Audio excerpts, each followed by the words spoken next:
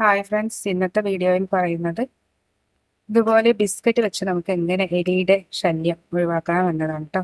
അപ്പോൾ ഇതിന് ബിസ്ക്കറ്റ് തന്നെ വേണമെന്നില്ല, നമുക്ക് ബ്രെഡ് ആയാലും മതി. അപ്പോൾ ഞാനിപ്പോൾ അത് ബിസ്ക്കറ്റ് കാണിക്കുകയാണ്. ബിസ്ക്കറ്റ് വെച്ചാണ് ചെയ്യുന്നത്. ബ്രെഡ് ഉണ്ടെങ്കിൽ ബ്രെഡ് വെച്ച് ചെയ്താൽ മതി കേട്ടോ. അപ്പോൾ ഞാൻ ഒരു ന്യൂസ് പേപ്പറാണ് എടുക്കുന്നത്. പഴയ പാത്രം ഉണ്ടെങ്കിൽ നിങ്ങൾക്ക് അത് മതി. പഴയ പാത്രം ഉണ്ടെങ്കിൽ ഇതുപോലെ ഒരു ടിഷ്യൂയോ അല്ലെങ്കിൽ നമുക്കൊരു ന്യൂസ് പേപ്പറോ എടുക്കാം. അതിലേക്ക് ബ്രെഡോ അല്ലെങ്കിൽ ഇതുപോലെ ബിസ്ക്കറ്റോ വെച്ച് കൊടുക്കാം കേട്ടോ.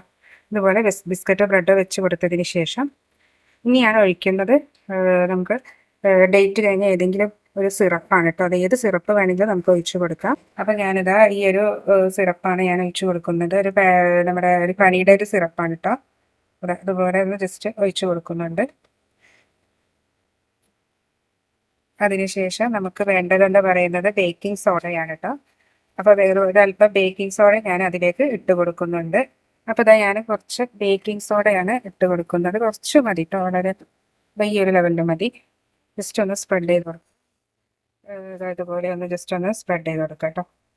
ഇനി അതിൻ്റെ മുകളിൽ നിങ്ങൾക്ക് ഹാർപ്പിക്ക്, ഫെനോയിൽ, ലൈസോൾ, ഇത് ഈ ടൈപ്പിലുള്ള ഏത് തരം ലിക്വിഡ് ആയാലും മതി കേട്ടോ. ഇപ്പം എൻ്റെ കയ്യിലിപ്പോൾ ഉള്ളത് ഫെനോയിലാണ്. അപ്പോൾ ആ ഒരു ഫെനോയിൽ നമുക്ക് ജസ്റ്റ് ഒന്ന് ഇതിലേക്ക് ഒഴിച്ചു കൊടുക്കാം. അപ്പോൾ ഞാൻ കുറച്ച് ഒരുപാട് ഫെനോയിലാണ് കേട്ടോ ഞാൻ ഒഴിച്ചു കൊടുക്കുന്നത്. നമ്മുടെ ലൈസോളിൻ്റെ മാതിരിയുള്ള ഒരു ടൈപ്പ് ഫെനോയിലാണിത്. അപ്പോൾ കുറച്ച് ഞാൻ ഒഴിച്ചു കൊടുക്കുന്നുണ്ട്. ന്യൂസ് പേപ്പർ ആയതുകൊണ്ട് തന്നെ ഒരുപാടൊക്കെ ഒഴിച്ചാൽ ചിലപ്പോൾ ഒന്ന് പുതർന്നു പോകാൻ സാധ്യതയുണ്ട്. അപ്പോൾ ഞാനിത് കുറച്ച് ഒഴിച്ചു കൊടുക്കുന്നുള്ളൂ. അപ്പോൾ ആകെ 3 ഇൻഗ്രീഡിയൻസ് ആണ് കേട്ടോ. ഒന്ന് നമ്മുടെ ബേക്കിംഗ് സോഡ, പിന്നെ നമ്മുടെ പനിയുടെ ഏതെങ്കിലും ഒരു സിറപ്പ്. ബ്രെഡ് ആണെങ്കിൽ കുറച്ചും കൂടി ബെറ്റർ ആയിരിക്കും. ഒന്നും കൂടി പൊതിരാൻ വേണ്ടി നമുക്ക് ഏറ്റവും ബെറ്റർ ബ്രെഡാണ്. ഇപ്പോൾ ബിസ്ക്കറ്റായി പെട്ടെന്ന് പൊതിർന്നു പോകും. അപ്പോൾ ഇതാണ് നമ്മൾ ആ ഒരു മിക്സിംഗ് എന്ന് പറയുന്നത്. വേണമെങ്കിൽ നിങ്ങൾക്ക് ഇതിൽ കുറച്ച് ശർക്കര കൂടി ഇട്ട് കൊടുക്കാം കേട്ടോ. ശർക്കര പൊടിച്ചത് കൂടി ഇട്ട് കൊടുക്കുക. ഇനി ഈ ഒരു മിക്സാണ് നമ്മൾ എലി വരുന്നിടത്ത് നമ്മൾ വെക്കാൻ പോകുന്നത്. ഇപ്പോൾ നമ്മളിത് ഇതുകൊണ്ട് വേസ്റ്റ് ഇടുന്ന സ്ഥലം ആയതുകൊണ്ട് തന്നെ ഇവിടെ എലിയുടെ ഒരു ശല്യം തന്നെയാണ്. ഈ ഒരു ബാക്ക് സൈഡിലെ ഡോറൊന്നും തുറക്കാനേ പറ്റാത്തൊരവസ്ഥയിലേക്കാണ് പോകുന്നത്. അപ്പം ഞാനിതാ ഈ ഒരു സ്റ്റെപ്പിൻ്റെ സൈഡിൽ തന്നെ വെച്ച് കൊടുത്താൽ മതി. എലി വന്ന് ഭക്ഷിച്ചുകൊള്ളൂ കേട്ടോ. ജസ്റ്റ് ഇതുപോലെ ഒന്ന് ഓപ്പൺ ആക്കി വെച്ചാൽ തന്നെ മതി.